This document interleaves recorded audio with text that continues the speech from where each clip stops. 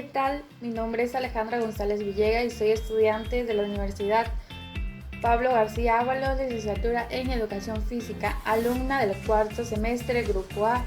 Y hoy mi equipo y yo, que está integrado por Constanzo Fabián Gómez González y Daniel Antonio Frías Hernández, le explicaremos el tema de la neurociencia aplicada en comprensión del cerebro y el niño y el adolescente. Bueno, como bien sabemos, los estudios neurocientíficos van dando a conocer que la mielinización de las diferentes áreas del cerebro va siguiendo la secuencia ordenada, proporcionando la organización neurológica de la parte más baja de la médula espinal hasta la corteza cerebral frontal, lo que está directamente relacionado con la madurez y el desarrollo cerebral. Como mencionamos anteriormente, varias estructuras mielinizadas en la etapa prenatal permite que las zonas que controlan habilidades vitales como la respiración, la succión y la deglución, la supervivencia están alternamente funcionales en el momento del nacimiento. Por otro lado, distintas estructuras que van volviendo funcionales variante los años después del nacimiento, lo que hace es que las habilidades de las diferentes áreas del desarrollo se vayan consolidando conjuntamente con el crecimiento, resultado de la indicación genética y de la influencia de los estímulos del entorno. Como por ejemplo, se puede mencionar que mientras las estructuras cerebrales que controlan la visión están alternamente funcionales, en los primeros 6 meses las fibras nerviosas se controlan los movimientos finos de las manos y la coordinación ojo y mano. Solo están totalmente mielinizadas aproximadamente a los 4 años de edad. Bueno, para seguir con este tema, pues tenemos que saber que la infancia no es todo. Posteriormente vendrá la adolescencia, en el cual pues el adolescente toma otras conductas. De la misma forma es absorbido por la mente, obviamente no tanto como de edad de prenatal, ¿verdad? Que somos una esponja, ¿no? Pero aquí surge un viejo paradigma que pues en la adolescencia el alumno tiende a ser pues, más pesimista, más centrado en unos aspectos que son más problemáticos para él de alguna u otra forma, y eso lo lleva a ser más conflictivo. Un cierto paradigma de metamorfosis en la adolescencia, ya que puede que, como cita John T. Brook, lo cita que los 3 primeros años duran toda la vida, nos da a entender que en lo anterior, que somos como una esponja, que absorbemos todo, pero hay un conflicto, ya que hay otro autor, Brook 2002, el cual nos dice que es totalmente un mito eso de los 3 primeros años. Lo que sí está dado por hecho es que hay una metamorfosis en lo que es la adolescencia, y estas conductas se pueden presentar en el primer grupo social que tenemos, el cual es nuestra familia, y de ahí van derivando las ciertas conductas que el adolescente tiene, incluyéndose más en otros grupos sociales, lo cual puede ser en su salón de clases, en el parque y diversos grupos sociales en los cuales él esté muy influenciado. Conclusión: desde que el niño está en gestación, su madre podrá transmitir ciertas funciones a través de un cableado cerebral. Es decir, que la alimentación, las emociones vivenciadas van a repercutir en el niño desde la gestación. Asimismo, después del nacimiento, conforme vaya desarrollando sus etapas, podrá ir en busca de aquellas experiencias que son circunstanciales para cada una de ellas. En la adolescencia se puede ver afectado un poco más, ya que la conciencia se fortalece, y esto puede jugar para bien o para mal. Puede tener el apoyo de sus padres y el ejemplo que ellos les dan, ya que al estar influenciado en ese círculo social, ellos podrán optar por tomar o no las conductas vivenciadas. El proceso de maduración cerebral es un proceso por etapas que es el resultado de una mezcla de factores genéticos y ambientales. Los factores genéticos son los que van a definir su personalidad, y los ambientales son por lo que están influenciados en el círculo social. El proceso está conformado por estructuras amplias para aprender, sumado a las influencias en el individuo que está rodeado, siendo así óptimas en su correcto aprendizaje, refinándolo de una manera u otra. Para complementar nuestro video y nuestra exposición sobre el tema, agregaremos otros puntos más que al igual son muy importantes como los ya antes mencionados.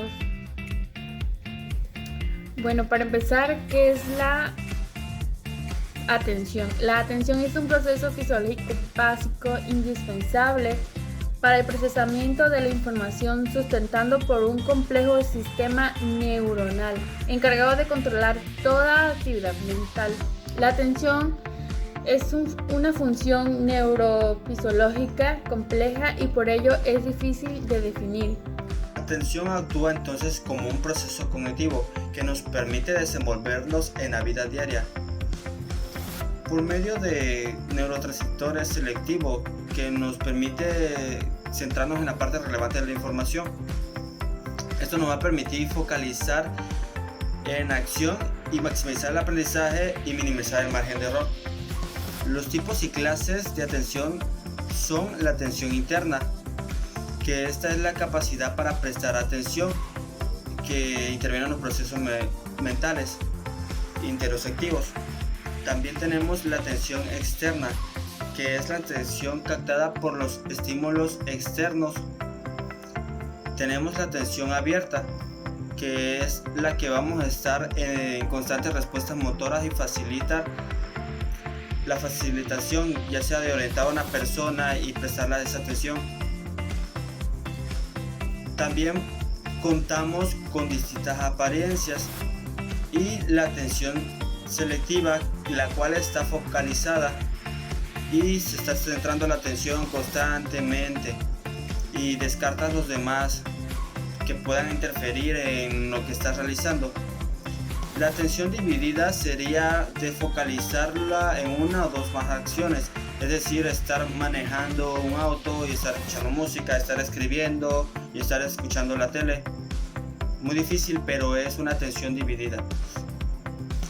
Por último tenemos la atención visual, que es la que vamos a estar visualmente el estímulo, orientándolo.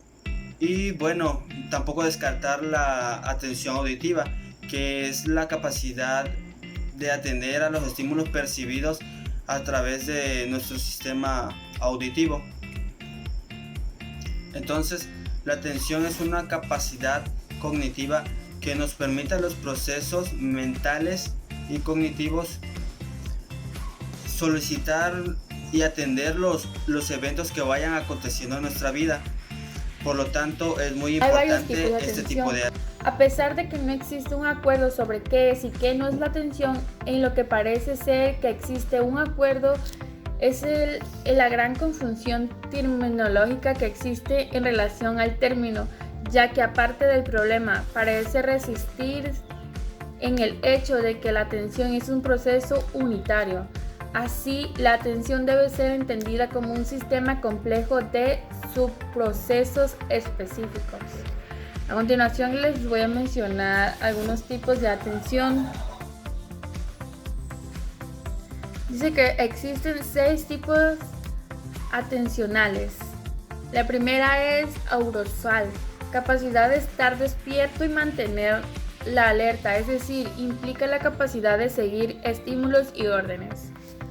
Atención focal, habilidad para enfocar la atención en estímulos ya sea visual, auditivo o táctil. Atención sostenida, capacidad para mantener una respuesta de forma consistente durante un periodo prolongado de tiempo.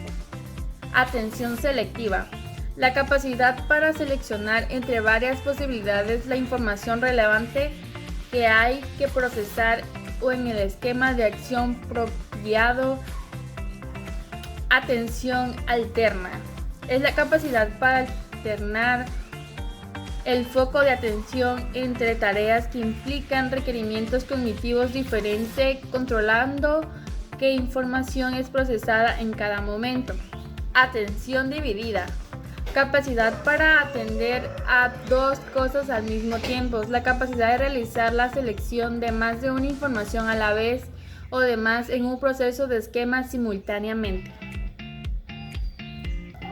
Para conclusión de qué es la atención, he tratado de explicar, de limitar los tipos y procesos atencionales. No obstante, aunque hemos propuesto un conjunto de tipos y procesos, no hay una única solución válida, pues a lo largo de la historia han surgido numerosas teorías, modelos a través de los cuales se han tratado de establecer los tipos y procesos de integración a este dominio Entonces, cognitivo. las características que definen el concepto de atención es la primera, lo que es la amplitud. Esto se refiere a la cantidad de información que podemos percibir de un medio externo. La segunda sería la intensidad. La podemos agrupar de dos maneras: áreas agrupadas y tareas automáticas. Las tareas automáticas son cuando prestamos atención a algo, pero en realidad lo percibimos sin prestarle mucha atención. Ahora bien, las controladas es cuando estamos dirigiendo demasiada atención hacia algunas cosas. La tercera característica es lo que es el desplazamiento de atención. Es cuando dirigimos el foco de atención a otra cosa. Es decir, estoy observando un objeto y de repente pues algo me llama la atención.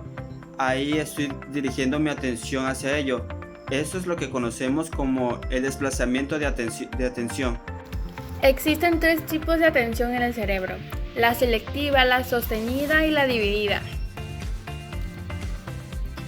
¿Cuáles se usan en la vida cotidiana? El mecanismo de atención es clave para diferentes funciones cerebrales y se logran cuando se dirigen los recursos hacia un foco específico en un tiempo determinado. Pero, ¿cómo funcionan? El prestigioso neurólogo y neurocientífico argentino Facundo Manes, creador de la institución neurológica cognitivo del Instituto de Neurociencias de la Universidad Favoloro, lo relevó. Solo percibimos lo que está en nuestro foco de atención. Existen diferentes procesos de atención que requieren de complejos sistemas cerebrales, particularmente de las áreas frontales y parietales. Observamos tres ejemplos. La atención selectiva. Sucede cuando estamos en una fiesta y hay muchos ruidos alrededor de nuestro, pero queremos escuchar detalladamente a la persona que está hablando. Para eso tenemos que filtrar estímulos irrelevantes que suceden alrededor. 2. En otro caso, dijimos, se necesita concentrarse en un tiempo determinado en una tarea. Por ende, se denomina atención sostenida. Esto ocurre, por ejemplo, cuando se estudia y no tiene que ejecutar un instrumento musical. 3. También existe, además de la atención dividida, que permite alternar el foco entre diferentes estímulos. Por ejemplo, cuando uno de estos está en la computadora, pero a la vez escucha el radio, o está comiendo y tiene que resolver otras cuestiones familiares. ¿Cómo se puede prestar atención a aquello a lo que no se le presta atención? La atención entonces resulta clara para percibir al mundo que nos rodea, pero además para aprovechar aún más de nuestras experiencias. La molécula de la motivación. A la dopamina se le llama el neurotransmisor del placer. La realidad es el transmisor de premios y castigos, recompensas y alarmas.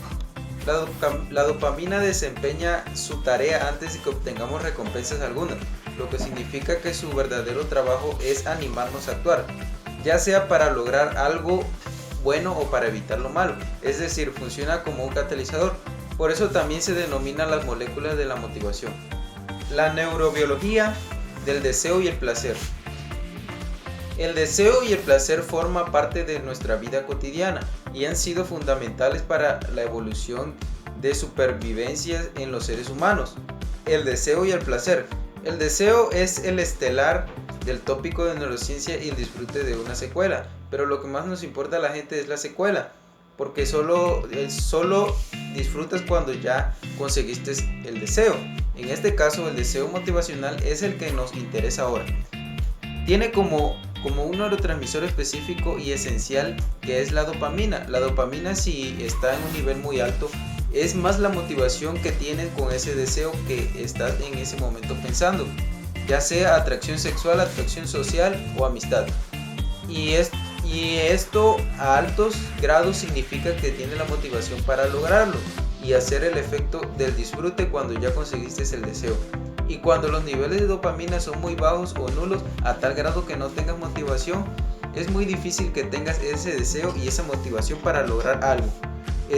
Por consecuencia, si no tienes motivación, no hay deseo y no hay disfrute. Bueno, pues este ha sido mi tema. Eso es todo.